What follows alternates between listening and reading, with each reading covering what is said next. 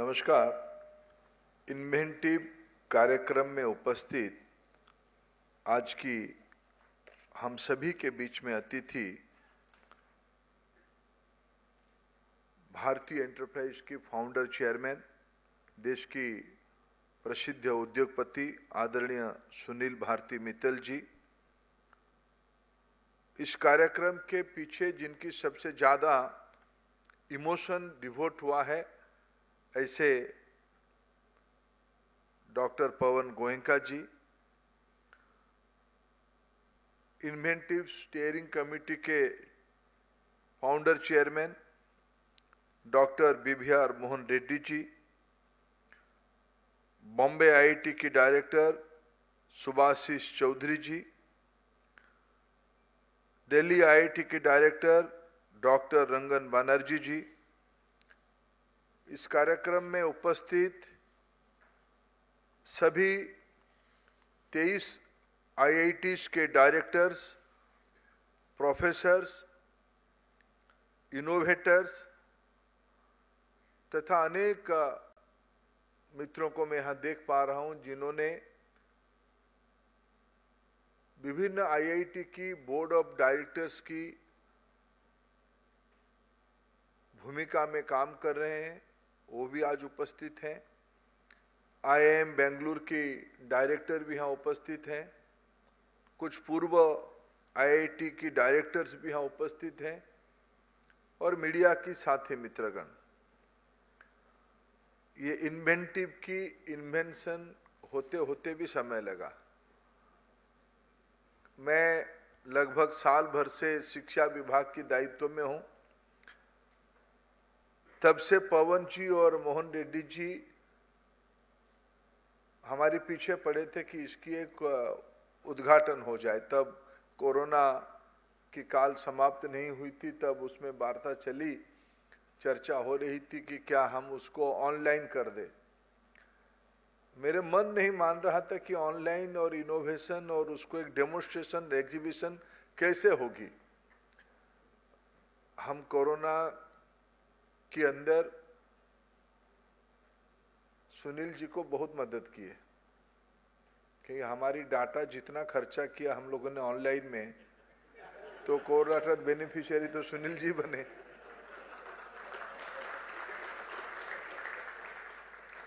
लेकिन मित्र, कुछ चीज हमारी समाज में कहा जाता है दिखने से ही समझ में आती है। मैं इन दिनों में हिसाब लगा रहा था, 10 आईआईटीज को मैं इस बीच में पिछले साल भर में प्रत्यक्ष जाके आया हूं और उसमें से कई आईआईटीज के विभिन्न प्रकार की इनोवेशन को दिखने का हमें अवसर भी मिला है। और मैं एक भी आईआईटी उसमें से नहीं, सभी का तो नहीं देख पाया, लेकिन एक भी आईआईटी जिनका देखा मेरे मन तृप्त नहीं हुआ है। मेरे को लगा मेरे से गलती हो रही है, मेरे को कम से कम 1-2 दिन तो और रहनी चाहिए। प्रोफेसर कामाकोटी यहाँ बैठे हैं, वो मेरे को अभी कह रहे थे कि जब आप मेरे वहाँ आओगे तो 2 दिन रहोगे। मैंने सोच रहा था प्रोफेसर सब कराएंगे क्या मेरे से 2 दिन, लेकिन मैं अभी आज सच में कहता हूँ, एक आईआईटी के अंदर ये रत्न भंडार सब है। पुराने विजडम, पुराने एक्सपीरियंस और फ्यूचर की चैलेंज की ब्रिज सब आईआईटी में इमर्ज हो रहा है। इसको कितना भी दिखे वो तृप्त नहीं होगा। और उसकी एक छोटी सी एक कोलैबोरेटिव एग्जीबिशन आज इन्वेंटिव के नाम पे group of IITs, IIT council मिलके इसको ऑर्गेनाइज कर रहा है। मैं उसको बधाई देता हूं, उसको शुभेच्छा देता हूं। मेरा विश्वास है विश्व की कुछ जो बड़े बड़े इवेंट हो रहे हैं, जैसे वर्ल्ड इकोनॉमी फोरम हो रही है, जैसे एनर्जी की दुनिया में कई इवेंट होते हैं, आने वाले दिनों में इन्वेंटिव भी दुनिया की समस्या की समाधान का एक इवेंट होगा और भारत के अंदर दुनिया के लोग आएंगे। मैं आपके सामने हूं और आपके बीच में हूं और एक प्रकार से मैं भी स्टेक होल्डर हूं शिक्षा मंत्री के नाते, इस मोह से नहीं कह रहा हूं। हमने पिछले दिनों में उसको करके भी दिखाया है। मैं पेट्रोलियम मंत्री के दायित्व में था, नाइजीरिया गया था। आज की नाइजीरिया बहुत ऑयल रिच कंट्री है, लेकिन आज की नाइजीरिया में भारत की किसी राज्य के साथ वर्णन नहीं कर सकता हूं।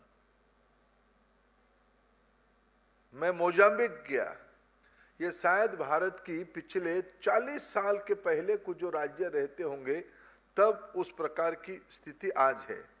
लेकिन जब उसमें मैं उतर के एयरपोर्ट से बाहर आके थोड़ा मैं लॉस था, खोया खोया स्थिति में था, मैं एक एयरटेल की बहुत बड़ा बोर्ड देखा। फिर आगे देखा मेरे सामने टाटा की छोटी गाड़ी जा रही है। तब मेरे मन में आया कि चलो मैं ठीक जगह में आके पहुंचा हूं। अब कभी सिविलाइजेशन को आप लोग थोड़ा एनालिसिस करिए, सभ्यताओं को एनालिसिस करिए, तब आपको एक चीज ध्यान में आएगा, जहां नॉलेज है, जहां ज्ञान है, दुनिया के लोग, आज तो हम हाइपर लूप की बात कहते हैं, सुपर जेट की बात कहते हैं, और दुनिया तो सच में आज छोटी हो गई। आज भारत से कोई व्यक्ति दुनिया की किसी भी कोने में 3 घंटे की बिजनेस करके 3 दिन के अंदर आ सकता है, यह संभव है। लेकिन उन दिनों में कल्पना करिए क्या स्थिति हुई होगी। तब भी भारत को दुनिया के लोग आए थे, भारत से दुनिया के लोग विश्व के अन्य इलाका में गए थे, वाणिज्य करने के लिए, ट्रेड कॉमर्स करने के लिए गए थे। मनुष्य जहां रहता है कुछ ना कुछ तो निकाल ही देता है। उस समय में वहां की सोसाइटी अपनी आवश्यकता को पूरा करने के लिए कुछ ना कुछ तो निकाला होगा, लेकिन कुछ कमी थी, तब लोग भारत आए थे और भारत के लोग अपना प्रोडक्ट लेके बाहर गए थे। मैं खाड़ी की कई देशों में गया हूं, वहां के लोगों को जो मिलता हूं, लोगों ने मेरे को कहा, वहां के लीडरशिप लेवल पे लोग कहते हैं, हम भारत में पिछले 200-300 साल में इसीलिए जाते थे कि हमको खाद्यान्न की आवश्यकता होती थी, हमको मेडिसिन की आवश्यकता होती थी, हमको मेडिसिन की आवश्यकता होती थी, इसीलिए हम आपके वहां जाते थे। और ये सारा चीजों की, और आज के समय में कॉन्टेक्चुअलाइज करूं तो उसकी सर्वश्रेष्ठ मंदिर हमारी देश की आईआईटीज हैं। आईआईटीज अपने आप को पुरुषार्थ की सारे मानक के सारे क्राइटेरिया को सिद्ध किया है। अभी तो मेरे को बड़ा अच्छा लग रहा है, विश्व भर की कई डेवलपिंग, केवल नहीं डेवलप कंट्री भी भारत की आईआईटीज को अपने वहां अपने खर्चे से खुलवाने का हमारे पास जब कहने आते हैं तो मैं खुद को गौरवान्वित महसूस करता हूं। ये सिर्फ आईआईटी की 3 लेटर्स नहीं, आईआईटी की एक्सपेरिमेंट की जो भारत में हुई है उसकी कलेक्टिव विजडम की रिकॉग्निशन है, भारतीय इंटेलेक्चुअल कैपेसिटी की, मेधा शक्ति की ये रिकॉग्निशन है। ये आज विश्व में हमने खुद को प्रतिष्ठित किया है। मित्रों, सुनील जी ने सही कहा, भारत, कभी वो कल्पना करिए एक चीज को, आज प्रधानमंत्री जी ने अमृत काल को जब हम प्रवेश कर रहे हैं अपने संदेश के माध्यम से, और इस बार रेड फोर्ट में जिसकी इन्वेंटिव के साथ संपर्क, सीधा सीधा संपर्क है, जय किसान, जय जवान, जय विज्ञान अटल जी ने कहा था। इस बार प्रधानमंत्री जी ने कहा कि जय अनुसंधान की आवश्यकता है। रिसर्च आज के समय में, रिसर्च 21st सेंचुरी में, रिसर्च दुनिया में जब विभिन्न प्रकार के समाज हैं, पिछले औद्योगिक क्रांति 1.0 से लेके 4.0 तक अगर इसी कालखंड को, बहुत पुराना ना जाते हुए इसी कालखंड को अगर हम थोड़ा समीक्षा करेंगे तो 2-3 चीज ध्यान में आता है। विश्व के सभी लोग एक जैसे नहीं जा रहे हैं, डिस्पैरिटी बढ़ रहा है, गैप बढ़ रही है विश्व भर में। क्या कारण है? अफ्रीका इतने रिसोर्सफुल होने के बाद भी आज पीछे हैं। ऐसा नहीं है कि उनके वहां पिछले 200 साल में 300 साल में इंटेलेक्चुअल लोग नहीं गए थे, डेवलप्ड कंट्री के लोग नहीं गए थे, लेकिन गए, लेकिन उनको डेवलप करने की बजाय एक्सप्लोर करके निकल गए। वहां प्रश्न चिन्ह है। दुनिया के सभी प्रकार के लोगों को एक समझ नहीं हो रही है, नहीं तो विश्व इतने चिंतित सस्टेनेबिलिटी को लेकर नहीं होता। क्लाइमेट, विश्व मनुष्य समग्र दुनिया को, वर्ल्ड को एक साइंटिफिक टेम्पर में ऊपर लेके गया, लेकिन इसको करते करते परिवेश संतुलन को ऐसे भूल गया कि आज उसके लिए फिर रिवर्क करना पड़ रहा है कुछ विषयों को, यानी एक संतुलित विकास नहीं हुआ। इस स्थिति में आज अनुसंधान क्यों? दुनिया में ऐसा नहीं कि अनुसंधान बाकी लोग नहीं कर रहे हैं। अभी पवन जी हमारी कलेक्टिव स्पेंडिंग ऑन R&D और एक एक पाश्चात्य के विश्वविद्यालय के R&D के बजट की तुलना करते थे। ये बात सही है, लेकिन ये बात को भी समझना पड़ेगा पवन जी, इस बार कोविड के समय में भारत ने भी हेल्थ केयर में, मैं बहुत आज प्रसन्न हूं, बहुत आत्मविश्वास मेरा बढ़ रहा है। मैं यहां आने के बाद मैं बाकी आप लोगों को क्या कहूं ये अलग बात है, मेरे कॉन्फिडेंस लेवल बढ़ रहा है। हेल्थ केयर में इतने इनोवेशन आज आ गया है, ये अपने आप में एक उपलब्धि है। हमने भी, मैं 2020 मई जून में विश्व की मेरे पहचान के कुछ डॉक्टर्स के साथ दुनिया भर में जो जहां ऐसे लोगों को मैंने बातचीत किया, विशेष करके उड़ीसा के लोग थे, अमेरिका से ज्यादा लोग थे। मैंने उनको पूछा इस कोविड की समस्या की समाधान क्या है? उन्होंने कहा वैक्सीन। वैक्सीन कब आएगा? कम से कम 10-15 साल तो लगेंगे। मित्रों, आज 3 साल नहीं हुआ है, भारत में 2 वैक्सीन भी बन चुका है। दुनिया ने भी बनाया, भारत ने भी बनाया, यह पहले नहीं था। हमने पोलियो की वैक्सीन को बाहर से लाना पड़ा था। आज भारत भी वैक्सीन बना पा रहा है। हेल्थ केयर में हम भी इमर्जिंग इकोनॉमी के लिए, डेवलपिंग कंट्री के लिए हमारा भी एक रोल हो रहा है। जेनेरिक मेडिसिन में हमने जो तरीका निकाला, ये आज विश्व की एक एस्टैब्लिश मेथड बन चुकी है।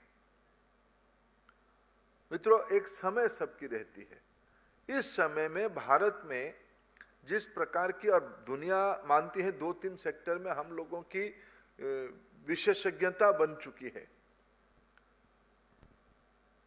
सॉफ्टवेयर डेवलपमेंट में, फाइनेंशियल मैनेजमेंट में, मेडिसिन में और लीगल एनालिटिक्स में। दुनिया के सारे उद्योग धंधे को अगर आप एनालिसिस करोगे, भारत के बहुत लोग हमारी IIT, हमारी IIM, हमारी इंडियन इंस्टीट्यूशन से बढ़ के दुनिया की लीडरशिप पोजीशन में पहुंचे हैं। इसके अर्थ है भारत की inherent intellectual capacity global new order लाने में सक्षम है।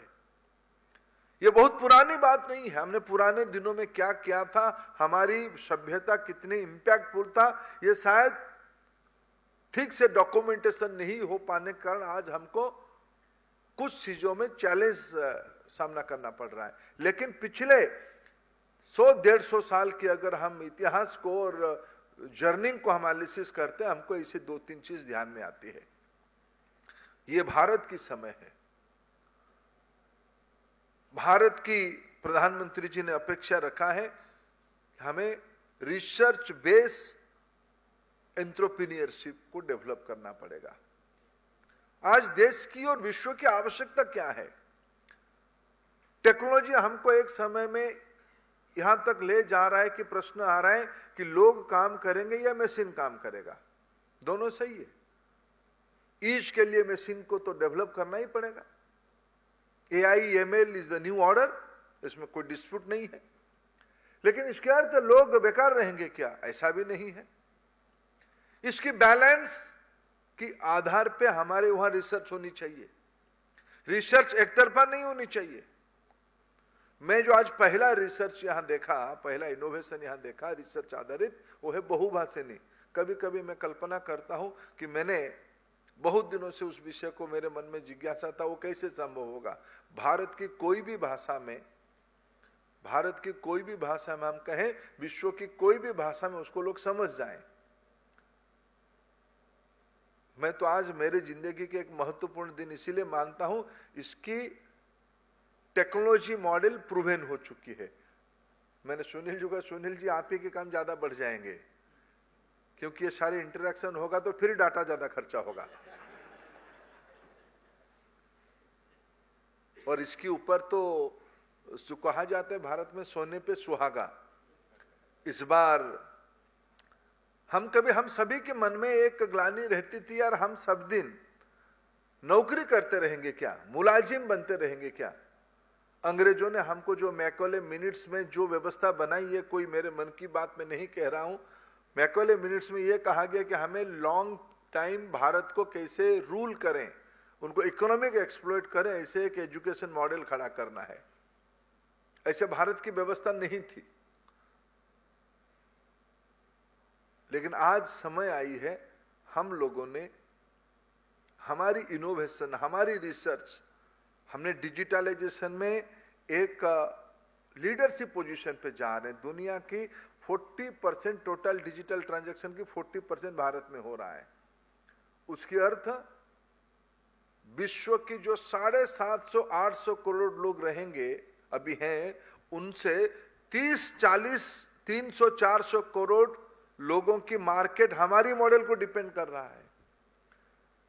कोविन ऐप की मॉडल दुनिया में कहीं नहीं है। वैक्सीनेशन होने के सेकंड्स के बाद आपकी टेलीफोन पे डाटा आ जाए, इंफॉर्मेशन आ जाए, ये कहीं नहीं है, भारत में है।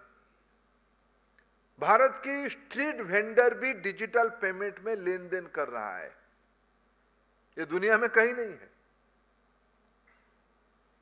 क्योंकि भारत की जो मार्केट साइज है, भारत की जो इमर्जिंग परचेजिंग कैपेसिटी है, इसके ऊपर भारत की जो बढ़ने की एस्पिरेशन है, सिर्फ आईआईटीएंस की नहीं, भारत की नई पीढ़ी के अंदर आगे बढ़ने की, नई करने की जो जिज्ञासा है, जो उमंग है, ये भारत को कहां तक पहुंचाएगा किसी को कल्पना नहीं है। इसको जितना जल्दी आईआईटी की लीडरशिप समझ जाए, उतना जल्दी हम विश्व गुरु बन पाएंगे। मेरा आज भी संदेह है कि आप समझ, मैं 10 घूमने के बाद कह रहा हूं। मैं आते ही पूछा, पवन जी इसके बाजार के साथ कब जुड़ेगा।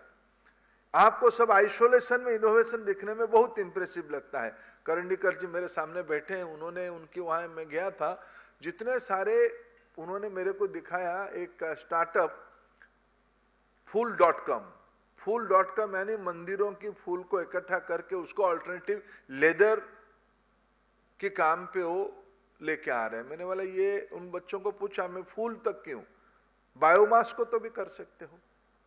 हाँ, कर सकते हैं। भारत में 600 मिलियन टन बायोमास है। उस बायोमास को अगर हम ठीक से मोनेटाइज करें, बायोगैस में कन्वर्ट करें, हम बायो प्लास्टिक्स में कन्वर्ट करें, बायो लेदर में कन्वर्ट करें, उसकी मल्टी डायमेंशनल इंपैक्ट आएगा। रोजगार बढ़ेगी, ऑल्टरनेटिव मटेरियल आएगा, इंपोर्ट डिपेंडेंसी घटेगी, मल्टी डायमेंशनल इंपैक्ट आएगा। लेकिन मार्केट में कब आ गया, ये फूल फूल में खेलते रहेगा, ये मेरे मन में जिज्ञासा है। ये सारा विषय सस्टेनेबल भी होनी चाहिए, हो भी रहा है। इमर्जिंग टेक्नोलॉजी जब तक मार्केट में नहीं जुड़ेगी, और ये जो एक माइंडसेट है, और मेरे तो आईआईटीज के प्रति एक मैं अगर उसको मेरे उड़िया भाषा की शब्द में कहूं, शायद वो हिंदी में भी वही आता है, अभिमान है। माने पिताजी जब, या बड़े भाई या माँ से छोटा बेटा अपेक्षा रखते हैं, माँ बड़े भाई को ज्यादा दे दिया, मेरे को नहीं दिया, इसको क्या कहा जाएगा, अभिमानी तो कहा जाएगा, अपेक्षा ही कहा जाएगा। IITians सब, मैं मद्रास IIT गया, IITM की रिसर्च पार्क गया। रिसर्च पार्क में मैंने देखा कि वहां लगभग 30,000 करोड़ की नेटवर्थ की कंपनी स्टेशन है, लेकिन वहां IITian नहीं है। IIT की फैकल्टी आप लोग हो, वहां IITian नहीं है। वहां कौन है? टायर 2 टायर 3 इंजीनियरिंग कॉलेज के स्टूडेंट्स हैं। और क्या बना रहे? प्रधानमंत्री जी ने स्पेस पॉलिसी को रिफॉर्म किया। Space will be no more a monopoly of a government entity, it will open to everybody, to market. एक लड़के को मैंने देखा, कोई सामान्य इंजीनियरिंग कॉलेज में पढ़ के 10-1 साल कैरियर करने के बाद फाइनेंस की एक उसकी मित्र के साथ मिलके रॉकेट की 3D प्रिंटिंग से रॉकेट बना रहा है। और ये एस्पिरेशन उसके मन में है, जो न्यू स्पेस पॉलिसी को यूज करते हुए मैं लो ऑर्बिट में रॉकेट लॉन्च करूंगा। IITian नहीं था। अब IITian को आप लोगों की वहां में जाता हूं तो एक पैरामीटर्स मेरे को समझाया जाता है कि हमारा एवरेज प्लेसमेंट पैकेज,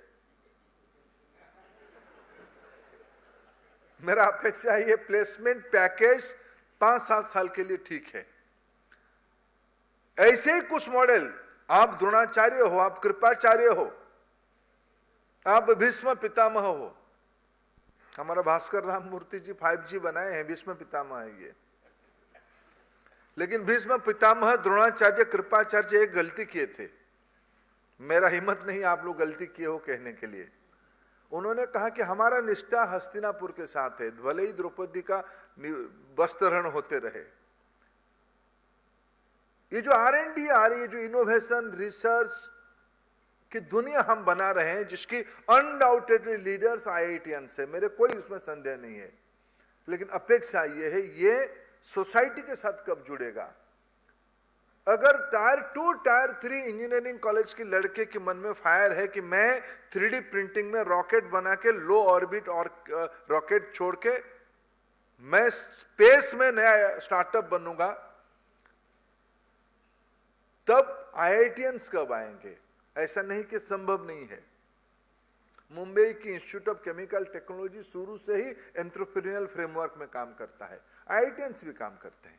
अनेक IITians शुरू से ही एंटरप्रेन्योरशिप की ओर गए हैं। कॉन्फिडेंस बिल्डिंग के लिए कुछ दिन वर्क एक्सपीरियंस लेने में कोई आपत्ति नहीं है, लेकिन हमें ये 23 IITs को आने वाले दिनों में इंजीनियरिंग कॉलेज नहीं बनानी है। ठीक है, आज प्लेसमेंट और पैकेज के हमने एक पैरामीटर्स माना है, लेकिन आगे से 10 साल के बाद ये एक पैरामीटर होनी चाहिए, कितने इनोवेशन मार्केट में पहुंचा, मोनेटाइज हुआ, रेवेन्यू कितना कलेक्शन हुआ, कितने जॉब प्रोवाइडर बने, कितने जॉब आया। IIT इसीलिए बना था। ये सारे जितना आज 75 आजादी की अमृत महोत्सव के अवसर पे जो 75 इनोवेशन आज हमने देखा, सभी की पोटेंशियल है ग्लोबल स्पेस में जाने के लिए। सभी की पोटेंशियल है, 2 कारण से। एक, भारत की जो कॉस्ट ऑफ प्रोडक्शन है, दुनिया के किसी भी देशों के साथ हम कम्पीट कर पा रहे हैं। हमारी जो इनोवेटिव क्रिएटिव माइंडसेट है, हम किसी को भी पीछे छोड़ सकते हैं। रिस्क लेने की क्षमता जो ज्यादा बुद्धिमान है उसे थोड़ा घट जाती है। हमारे वहां कहता है मरता क्या ना करता, जिसको कुछ अपॉर्चुनिटी नहीं मिलता वो इनोवेटर बन जाता है, वो मार्केट में वंडर्स करता है।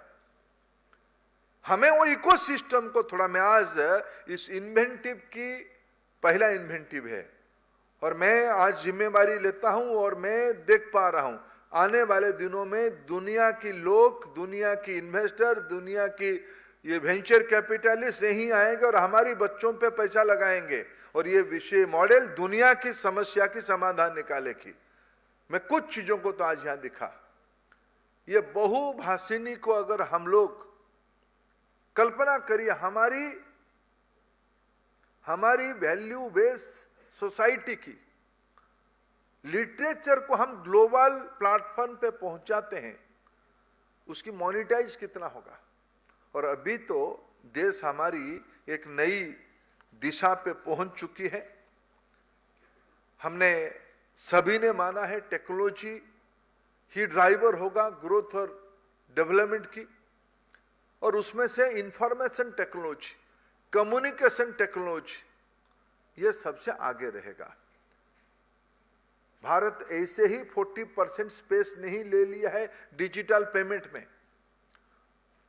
भारत सरकार की कांस्टेंट पॉलिसी रिफॉर्म के कारण पीएलआई कितने बड़ी इंसेंटिव है, make in India, GeM, Bharat की प्रोडक्ट को पॉलिसी में प्रोटेक्शन देने के लिए मैं इसे 100 पॉलिसी रिफॉर्म और पॉलिसी प्रोटेक्शन भारत सरकार की आपके सामने रख सकता हूं। नेशनल एजुकेशन पॉलिसी सबसे बड़ा पॉलिसी रिफॉर्म है। Multiple exit, multiple entry, credit framework, NRF, ये सभी इसी दिशा में एक एक बड़ी बड़ी कदम है। मित्रों, मैं एक अपेक्षा रखता हूं कि भारत की सभी हायर एजुकेशन इंस्टीट्यूशंस, विशेष करके आईआईटी, मैं बहुत प्रसन्नता के साथ कहता हूं कुछ आईआईटी उस बात को आगे लेना शुरू कर दिए हैं, सभी को स्किल डेवलपमेंट सेंटर चलानी चाहिए। भारत में एक धारणा बनी है स्किल यानी कारपेंट्री करना, स्किल यानी प्लम्बिंग करना, स्किल यानी ड्राइविंग करना, स्किल यानी मोबाइल रिपेयर करना, स्किल यानी सेमीकंडक्टर बनाना भी है, स्किल यानी ब्लॉकचेन को सामान्य व्यवहार में लाएं कैसे, उसकी भी वो भी स्किल है। ड्रोन आप बना रहे हो, ड्रोन को चलाएगा कौन, ड्रोन की मेंटेनेंस कौन करेगा, ये आज आईआईटीओं के पास वो विजडम नहीं है। एविएशन इंडस्ट्री कितनी तेजी से बढ़ रहा है, एनर्जी इंडस्ट्री कितनी तेजी से बढ़ रहा है। एनर्जी कंजर्वेशन की आप लोगों की जो मॉडल्स है, इसको सामान्य कंज्यूमर तक ले जाने के लिए स्किल मैन पावर चाहिए। आने वाले दिनों में एंटायर कारोबार डिजिटल प्लेटफॉर्म पे आएगी। भारत आने वाले 2 साल के अंदर हर एक गांव में ऑप्टिकल फाइबर में इंटरनेट पहुंचा देगा, गांव-गांव तक। गांव-गांव तक इंटरनेट पहुंचेगा तो राउटर से घर-घर तक पहुंच जाएगा। और भारत की टेलीकॉम कंपनियां 1 अक्टूबर से 5G शुरू कर दिया है, और हमारी इंडिजिनस टेक्नोलॉजी के साथ BSNL भी मैक्सिमम आने वाले 5-7 महीने के अंदर कंज्यूमर एंड तक 5G पहुंचा देगी। एक हेल्दी कंपटीशन होगा। 3-4 कंपनियां 5G टेक्नोलॉजी लेके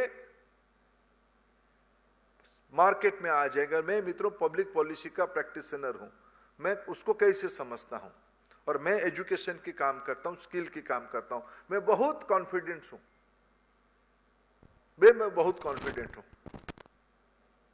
अगर रामानंद सागर जी ने रामायण को सीरियल ना बनाते, लोग शायद आज की पीढ़ी रामायण के बारे में मतलब सीता लक्ष्मण की पत्नी है कह देते। उसकी कोई लिटरेचर नहीं बना, लेकिन डिजिटल प्लेटफॉर्म पे आया, टेलीफिल्म बनी, तो आज सिविलाइजेशन भी आगे बढ़ा।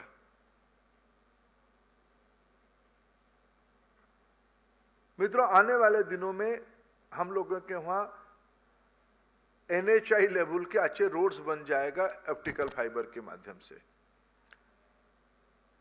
हमारे पवन जी और टाटा वाले अच्छे गाड़ी बनाते हैं, 5G वो व्हीकल हो जाएगा, लेकिन उसमें जाएगा क्या और आएगा क्या, जाने आने की अगर प्रोडक्ट हम उसमें से लोड कर देते हैं, अगर हेल्थ केयर की प्रोडक्ट हम उसको ठीक से लोड कर देते हैं, अगर हम ई-कॉमर्स की प्रोडक्ट ठीक से लोड कर देते हैं, और गांव की फ्रेश वेजिटेबल को दिल्ली पहुंचाने का, मुंबई पहुंचाने का, कोलकाता पहुंचाने का, बेंगलुरु पहुंचाने का ई-कॉमर्स की लाइन तय कर देते हैं, तब भारत की सर्कुलर इकोनॉमी ट्रिकल डाउन करके फोर्स मल्टीप्लायर हो जाएगा, उसमें रोजगार बढ़ जाएगी।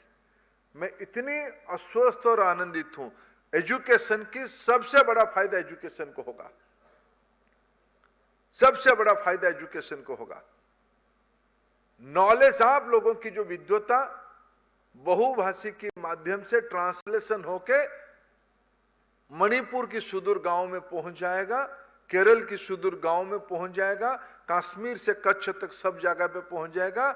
हमारी एकता और बढ़ जाएगी और हमारी बच्चे और कॉन्फिडेंट हो जाएंगे। ये टेक्नोलॉजी, नॉलेज, इनोवेशन, रिसर्च और डिजिटलाइजेशन, ये सब की सिंथेसिस में हम एक नई दुनिया बना पाएंगे। मैं अनेक शुभेच्छा देता हूं इस इन्वेंटिव को। आने वाले दिनों में ये एक बहुत बड़ा वटवृक्ष बने, एक बहुत बड़ा इंस्टीट्यूशन बने और दुनिया के सामने भारत की कलेक्टिव विजडम की ये एक इंस्टीट्यूशन बने। इसी शुभेच्छा के साथ आपको बहुत बहुत धन्यवाद। नमस्कार।